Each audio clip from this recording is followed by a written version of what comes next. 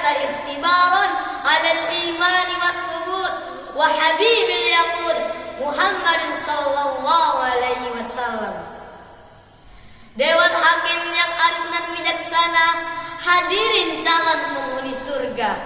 Seorang alumnus Amerika bernama Michael Hart dalam bukunya The 100 Ranking of Most Influential Person in History, Michael Hart menempatkan baginda Rasulullah Muhammad sallallahu alaihi wasallam pada urutan pertama sebagai reformis dunia. Sehingga kebesaran beliau diabadikan di dalam Ensiklopedia Britannica sebagai the most successful of prophets and all religious personalities. Rasulullah telah diutus dan dijunjung menjadi khotamil anbiya'i, penutup para nabi dan utusan dengan membawa Al-Quran. Bagaimana kalau kita kaitkan dengan situasi milenial saat ini? Untuk karena itu, pada kesempatan kali ini, perkenankanlah saya Hafi Gopar dari SMP Muhammadiyah Ahmad Dahlan akan mengetengahkan sebuah tema, yaitu pentingnya pendidikan untuk membangun agama dan bangsa. Acap kali berbicara tentang kemajuan bangsa, tentu tak terlepas dari peran generasi pemuda. Menarik untuk kita ketahui bahwa peran generasi pemuda sangatlah penting untuk bangsa. Sepenuhnya kita menyadari bahwa keterpurukan suatu bangsa disebabkan oleh rusaknya moral masyarakatnya.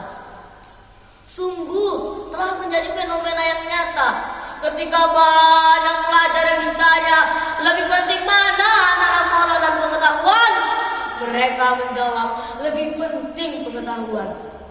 Namun jika pertanyaan ini ditujukan kepada guru dan orang tua, tentu akan menjawab penting keduanya.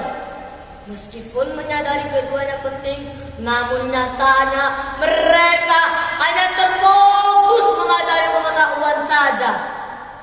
Tentu hal ini menjadi koreksi buat kita semua betapa pentingnya pendidikan moral. Hadirin rahimakumullah, banyak hal yang membuktikan bahwa pendidikan moral remaja kita saat ini mengalami kemunduran. Di antaranya marunya tawuran pelajar antar sekolahan yang berimbas pantaian dan berujung nyawa melayang. Remaja dengan mudah mengakses konten pornografi yang membuat ketagihan, kurangnya hormat kepada orang tua, dan tak mau mendengarkan nasihat orang tua mereka lagi. Dalam bidang sosial, marak mabuk-mabukan. Dalam bidang pemerintahan, etis dan golongan dikedepankan. Dalam bidang hukum, muncul law of jungle to be polite of people. Hukum rimba menjadi peradaban.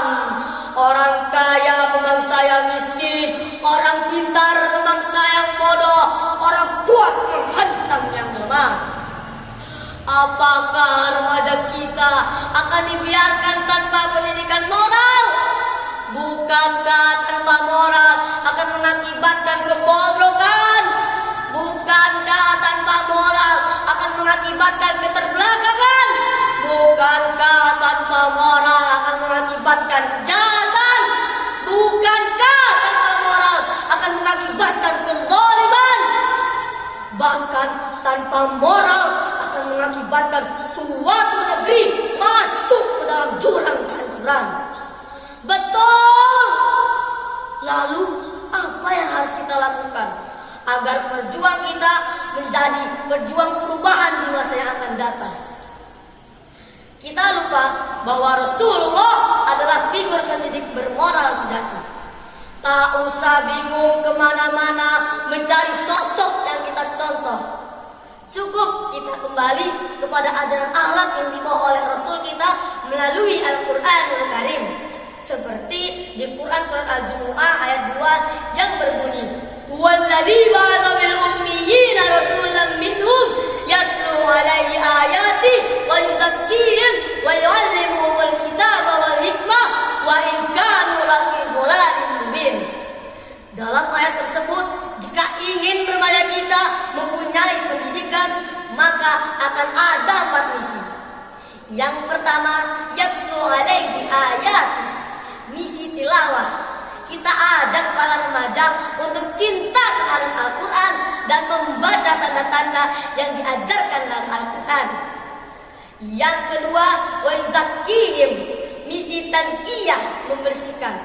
Hendaknya remaja kita membersihkan pikiran buruk dari segala konten-konten yang menghancurkan. Yang ketiga, wa yu'allimuhumul kitab, misi ta'lim, mengajarkan Al-Quran sebagai pedoman reformasi sejati.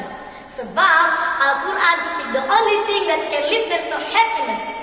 Al-Quran adalah satu-satunya buku petunjuk hidup yang dapat mengantarkan manusia menuju kebahagiaan. Yang keempat, hikmah. Kita melaksanakan ajaran yang sudah diajarkan oleh Rasul. Dalam hal ini, kiprah Rasul sebagai pedoman reformasi sejati. Mungkin hanya sekian yang dapat saya sampaikan. Mohon maaf bila ada kata-kata yang salah, dan kepada Allah saya mohon ampun. Indah mekar bunga di taman, semerbak harum bunga melati.